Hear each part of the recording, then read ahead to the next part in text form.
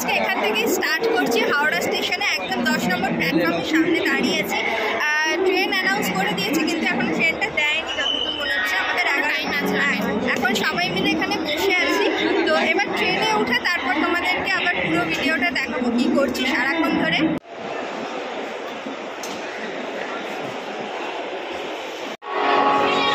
ট্রেনে উঠে পড়ে আমরা এখন যেটা নিজেদের সিটে বসে গেছি। আর একটু মারামারি ঠেলাঠেলি হচ্ছিল, বাট আমাদের তো রিজার্ভেশন কম্পার্টমেন্ট, সেটার জন্য কোনো চিন্তা হয়নি। অ্যান্ড এখানে মা আমার বোনও বসে গেছে, পাপা এখানে আমার পাশে বসেছে। ট্রেনটা ছাড়লে তখন মজা হবে।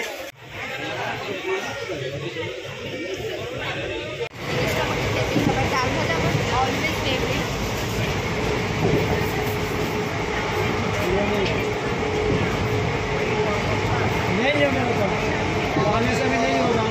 আমার এই ছোটো ছোটো জিনিসগুলো হেভি লাগে।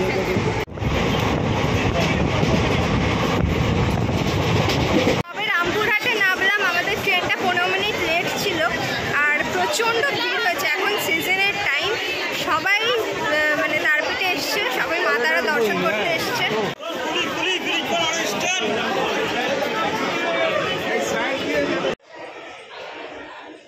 গাড়ির সংখ্যা 1303 টাউন জয়নগর হাওড়া এক্সপ্রেস।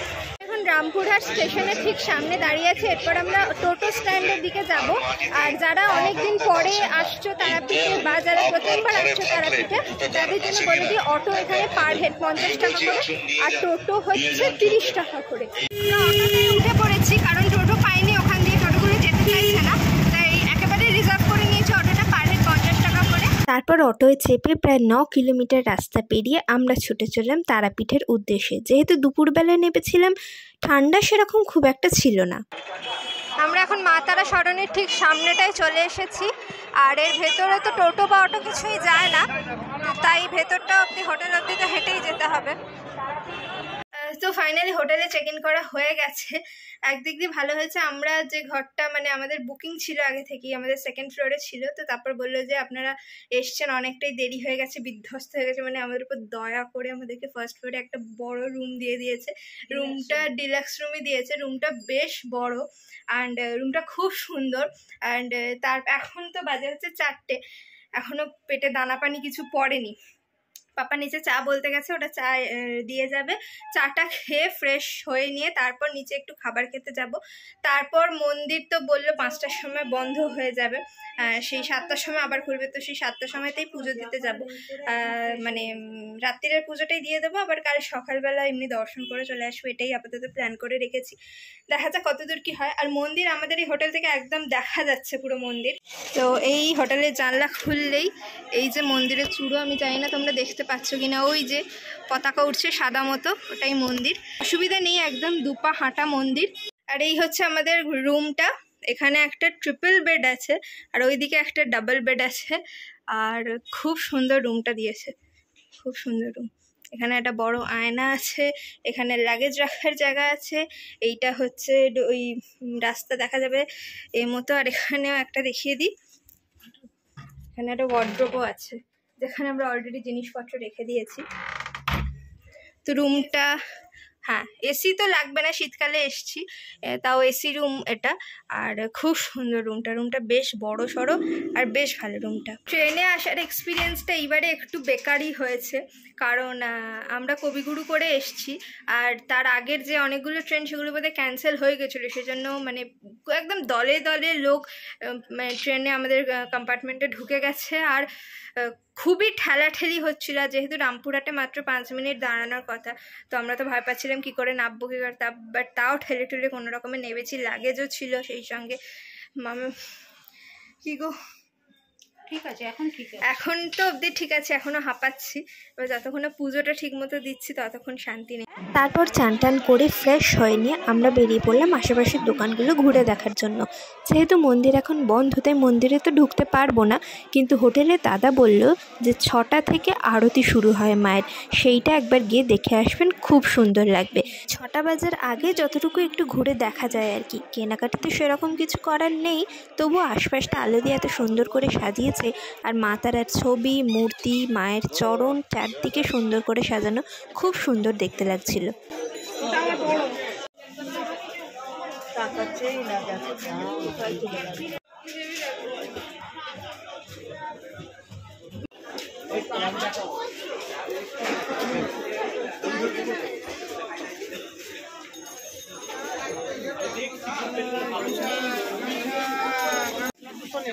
এখানে সবাই গামছা কিনতে দাঁড়িয়েছে।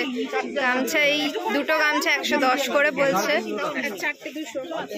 চারটে 200 আর দুটো 110। গামছার প্রিন্টগুলো খুব সুন্দর দেখতে। আমরা কিন্তু এখন তার যে মাতারা সরণিতে যে মার্কেটটা আছে সেখানে ঘুরছি। কেনার মধ্যে বলতে ওই গামছাটাই কিনেছি, আর কিছু তো কিনিনি আমরা। আমি একটা ত্রিশূল কিনেছি, আমার মহাদেবের ত্রিশূলটা একটু কিরকম হয়ে গেছিলো, তাই ত্রিশূল কিনেছি। একটা বেলপাতা খুঁজছি, কিন্তু আমার মহাদেবের সাইজের বেলপাতা আমি পাচ্ছি না, তো পেলে তারপর সেটা কিনবো। আর জিনিসপত্রের দাম এখানে ঠিকঠাকই নিচ্ছে, একটু বার্গেনিং করলে হয়তো কম হবে, কিন্তু ঠাকুরের জিনিস আমি বার্গেনিং করিনি, যা বলেছি আমি সেটাই দিয়েছি। ঠাকুরের কাছে থাকবে সেই জিনিস বার্গেনিং করে কেনাতে আমি ঠিক পক্ষপাতী নই। পাপা মা তারা লকেট দেখতে দাঁড়িয়েছে, কি কিনলে দেখাও। এই তো এটা একদিকে মা তারা আছে আর একদিকে মহাদেব আছে। আর এই হচ্ছে তারাপীঠের বিখ্যাত প্যাঁড়া, একদম সামনে তৈরি হচ্ছে আর বিক্রি হচ্ছে। পিঠের ভিড়টা দেখো জাস্ট, এই দল দল লোক আসছে, কিন্তু এখানে প্রচুর ভিড় হয়েছে। আর আজ যেহেতু শনিবার তো মায়ের দিন, সেই জন্য আরোই ভিড়টা বেশি হয়েছে।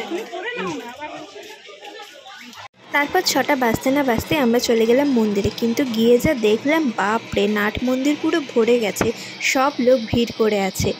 ভিড় হবে জানতাম, কিন্তু একটু যে দাঁড়াবার জায়গা পাবো না সেটা ভাবিনি। তবে একটা ভালো জিনিস, আরতি শুরু হওয়ার সঙ্গে সঙ্গে ওখানে এলইডি টিভিতে মায়ের লাইভ আরতি দেখা যাচ্ছিল, সেখানেই খুব সুন্দর করে দেখলাম।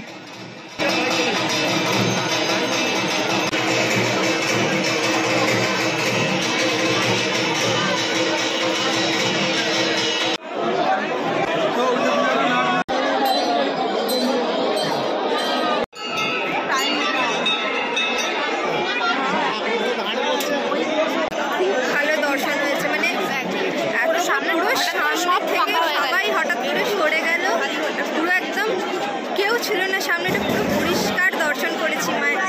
আমার গায়ে কাঁটা দিচ্ছে এখন রীতিমতো, খুব ভালো লেগেছে, খুব ভালো।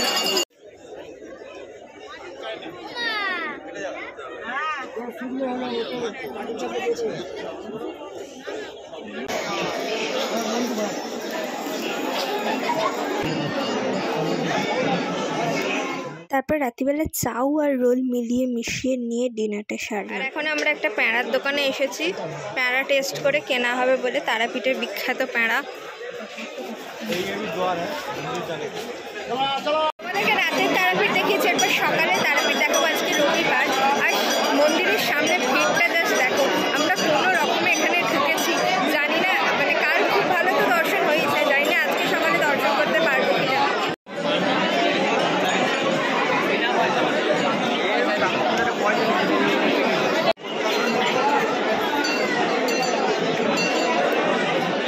দেখো এই হচ্ছে জেনারেল লাইনের ভিড়, বাপরে।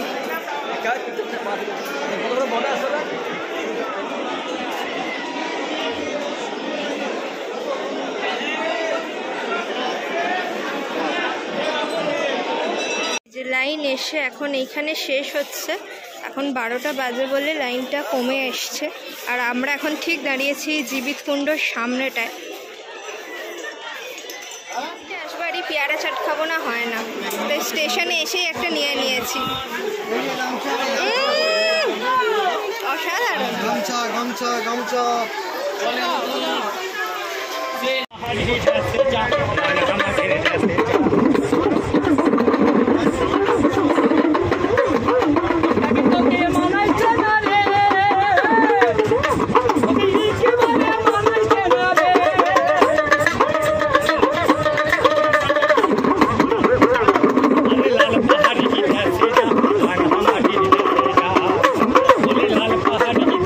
এরপর বাড়ি ফেরার পালা। তবে তারাপীঠ থেকে ফেরার পথে হঠাৎ করেই ঠিক হলো যে সারা বছর যেখানে মন পড়ে থাকে সেই জায়গাটাকে ফেলে রেখে চলে যায় কি করে।